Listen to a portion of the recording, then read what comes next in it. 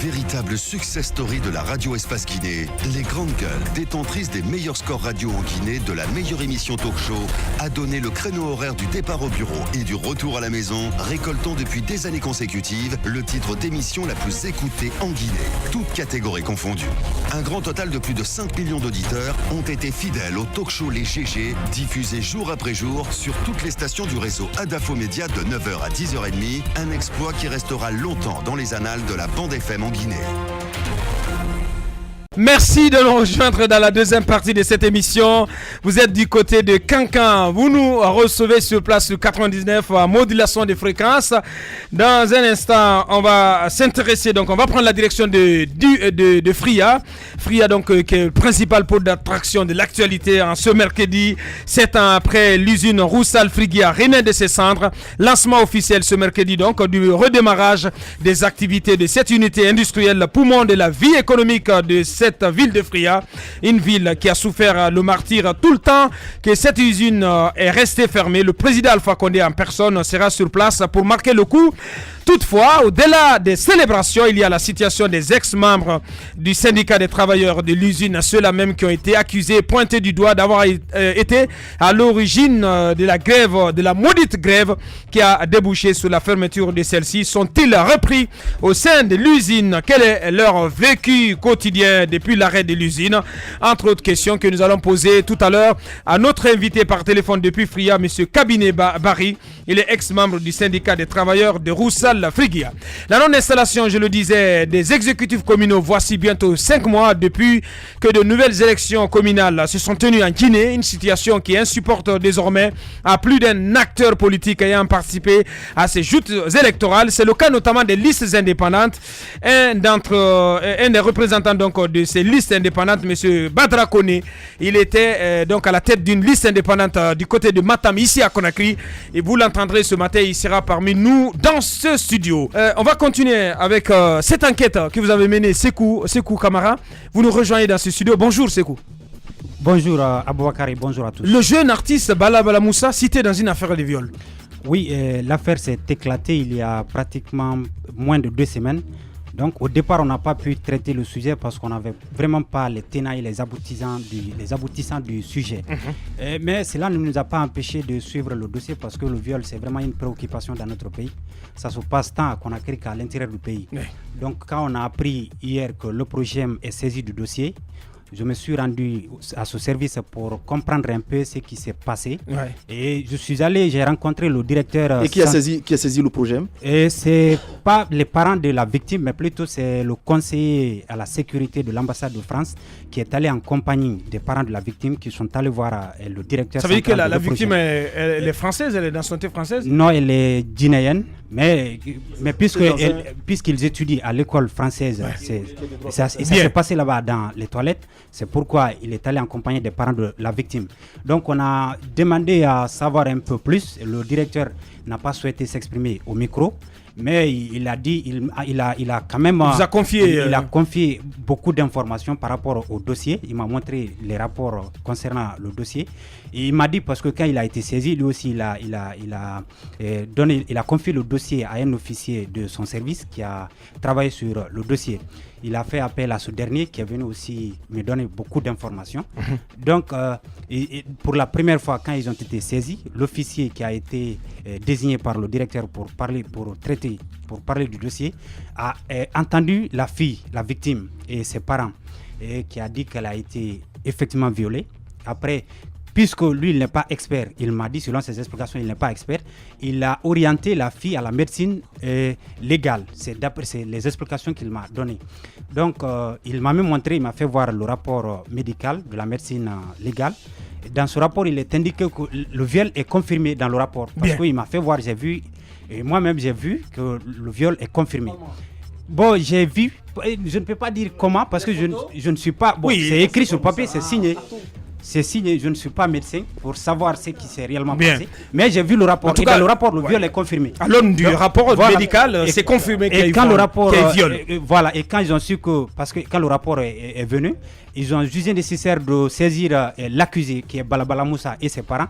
Ils ont été entendus aussi à l'OPROGEM. L'enfant n'a pas hésité de reconnaître les faits devant ses parents et devant les officiers de l'OPROGEM. Balabala Moussa lui-même. Balabala Moussa, d'après les explications qui m'ont été données par l'officier, que Balabala Moussa a reconnu les faits qui lui sont reprochés. Et après, puisque c'est là-bas, c'est arrêté le travail de l'OPROGEM, et il a transféré le procès verbal du dossier et l'accusé au tribunal pour enfants qui est logé au tribunal de première instance de Kaloum. Et j'ai demandé le numéro du président de ce tribunal pour en savoir davantage. Et là-bas aussi, donc, il m'a appelé, et je l'ai appelé le président du tribunal pour enfants. Il a confirmé qu'il a reçu effectivement le dossier. Et je lui ai demandé où en sommes-nous par rapport au dossier. Il a dit que c'est vraiment un dossier qui est compliqué parce que ce sont des mineurs. Et la victime et l'accusé, ils ont tous les 10 ans.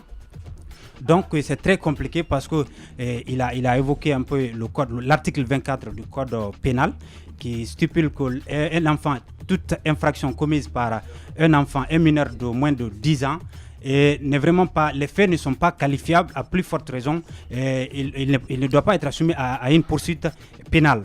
Et après, il a dit, parce que Balamoussa dépasse un peu 10 ans, c'est 10 ans et quelques mois, donc il a ajouté aussi que tout mineur, toute infraction commise par un mineur moins de 13 ans et bénéficie d'une excuse absolutoire. Ce sont des explications qu'il m'a été données. Donc il est remis à la disposition de ses parents pour des efforts de rééducation. Voilà. Ouais. Il est allé de cette disposition pour remettre Balabala Moussa à la disposition de ses parents. Voilà. Merci Sekou, donc qui a suivi ce dossier pour nous. Et on a tout fait pour entrer en contact avec notamment Benedi ce matin. Enfin. C'est vrai que ça passait pas et comme il a expliqué, il y a un véritable problème qui se pose. C'est vrai qu'on a retourné l'enfant à ses parents, mais c'est pourquoi il est important qu'il y ait des centres de rééducation dans un pays, parce que face à ce genre de situation, il faut quand même des spécialistes pour s'approcher de l'enfant et lui inculquer parfois certaines procédures qu'il ne maîtrise pas du tout, parce que c'est vrai que quand on l'amène vers ses parents ne sont pas spécialistes, mais qu'est-ce qui va réellement se passer? On lui dira tout simplement non, ne fais pas ci, ne fais pas ça, mais je pense que ça peut pas se limiter à ça. Il faut vraiment l'appui de spécialistes dans ce cas de figure. Donc, on en a besoin. Donc, le pays doit se réveiller. Bien, allez-y, Roby. Il faut dire que c'est dommage. C'est dommage pour l'image de l'artiste. Il n'y a pas beaucoup de choses à dire là-dessus. Le code pénal est clair sur son statut. Ce qu'il faut dire, c'est qu'il faut que les parents de Balabala Moussa, il faut qu'il mette beaucoup plus de rigueur dans son éducation. Benedi, c'est un exemple dans le domaine du showbiz, de la culture. C'est vrai qu'il essaye du mieux qu'il peut d'aider la culture guinéenne et de tracer le chemin de sa progéniture. Mais là, je pense qu'il faut beaucoup plus de rigueur là-dessus parce que là, c'est vraiment une mauvaise image. Merci. Allez-y, Antoine. La question que cela soulève peut-être, c'est le fait que ce mineur-là fasse de la musique à cet âge. Et ça relance cette question-là parce que pour moi, ça peut aller de là. Je ne vois pas le lien. Attendez. À moins de 10 ans, un enfant qui fait de la musique, mais ça veut dire que... Un enfant qui fait de la musique à moins de 10 ans, qui touche de l'argent déjà et qui fait de ces choses qui sont un peu... Qui t'a dit qu'il touche de l'argent? Attendez, mais faire de la musique déjà, ça signifie sa carrière est gérée par la musique signifie que vous êtes au contact non seulement des grandes personnes, et vous êtes dans des milieux parfois qui ne sont pas de votre âge. Balamoussa peut faire des prestations dans des endroits qui ne sont pas indiqués pour des mineurs. Et si l'enfant à l'école étant une star déjà peut se permettre certaines choses. Et pour moi, à ce niveau-là, il faut relancer la question liée à l'entame de la musique à un certain âge. Et pour moi, cette question doit être soulevée. Il y a déjà son jeune frère King Aboulaye qui fait de la musique, qui je crois est âgé de 6 à 5 ans. Est-ce qu'à cet âge-là, il est normal de lancer l'enfant sur la place publique de la sorte? Il faut relancer la question. Moi je pense que ce n'est pas une question. Ça part de là, bien sûr. Je pense que ce n'est pas une question d'âge, c'est une question d'encadrement. Oui, il faut que les parents soient rigueur. Ça part de là. Il faut que les parents mettent beaucoup plus de rigueur dans l'encadrement. Je pense que ce n'est pas parce que Balabala Moussa fait de la musique à 10 ans qu'ils peuvent se permettre de faire des actions pareilles. Je pense qu'il est important de dire que c'est un problème d'encadrement. C'est pas Balabala Moussa seul qui est un chanteur dans ce monde entier, mais en fait, c'est une question d'encadrement. Bien, allez-y Moussa. Voilà. Je suis d'accord avec vous, ça n'a pas un lien avec la musique. Pas du tout, avec sa carrière. Je sais que Benedi, à un moment donné, il était assez rigoureux par rapport à l'encadrement de son fils. Il a même interdit les concerts à un moment donné parce qu'on avait eu besoin, je pense, pour un spectacle de l'enfant. Mais il a dit que l'enfant ne chante pas pour l'heure parce qu'il est en train de faire des cours, des cours à domicile. Donc il y a un répétiteur, donc c'est pas possible. Je pense qu'il doit être encore plus rigoureux et être plus vigilant là-dessus. Ouais. Nous, à l'enfance en Côte d'Ivoire, on avait un bébé qui chantait. Qui mon bébé. Qui mon bébé. C'était quand même un bébé, ça. Donc nous, on a dansé avec cette musique. Bien. Mais c'est ce qu'on va faire ce matin. On va essayer d'appeler son papa, Bénédit Record, donc en direct dans cette émission. Bonjour Bénédit.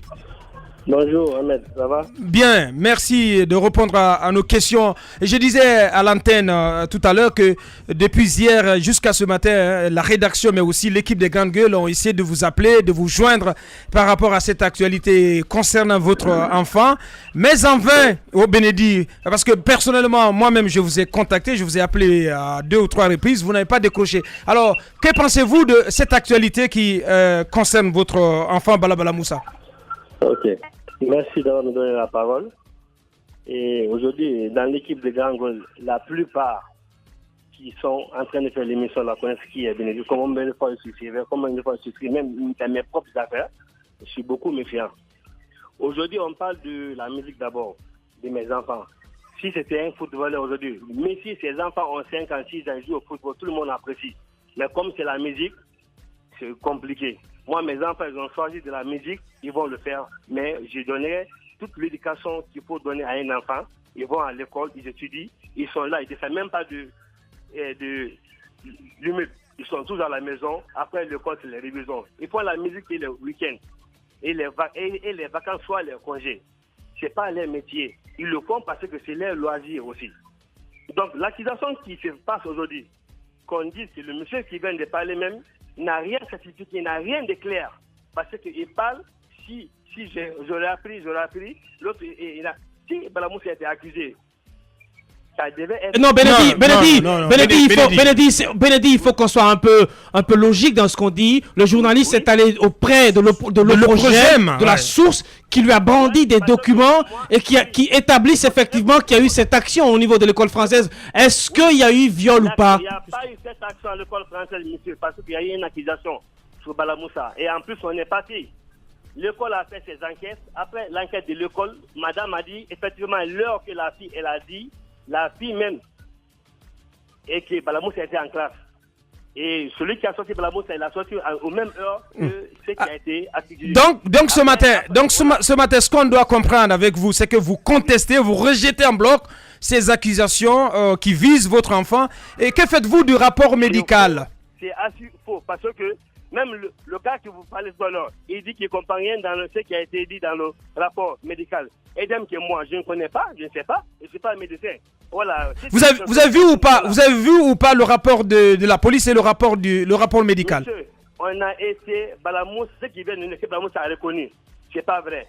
Balamoussa, pour la première fois, c'est moi-même. Quand ils m'ont dit ça à l'école, je suis venu, je l'ai menacé de me parler. Bénédit, est-ce que tu as pris connaissance du rapport de l'OPROGEM? Mon frère, j'ai été. Balamoussa n'a rien fait. Est-ce que tu as pris connaissance du rapport médical qui a établi qu'il y a eu viol? Voilà, c'est tout. Il n'a rien fait. Bien. Il n'a rien fait. Bien. Bénédit, qui annonce ce matin, qui avoue ce matin que son enfant Balabala Moussa n'a rien commis de tel, parlant donc de ces accusations de viol visant son enfant. Merci à vous, Bénédit Record. Merci d'avoir répondu à nos questions. Oui. Merci d'avoir répondu à nos questions. Merci. La suite. Véritable success story de la radio Espace Guinée, les Grandes Gueules, détentrices des meilleurs scores radio en Guinée de la meilleure émission talk show, a donné le créneau horaire du départ au bureau et du retour à la maison, récoltant depuis des années consécutives le titre d'émission la plus écoutée en Guinée, toutes catégories confondues. Un grand total de plus de 5 millions d'auditeurs ont été fidèles au talk show Les GG, diffusé jour après jour sur toutes les stations du réseau Adafo Média de 9h à 10h30, un exploit qui restera longtemps dans les annales de la bande FM en Guinée.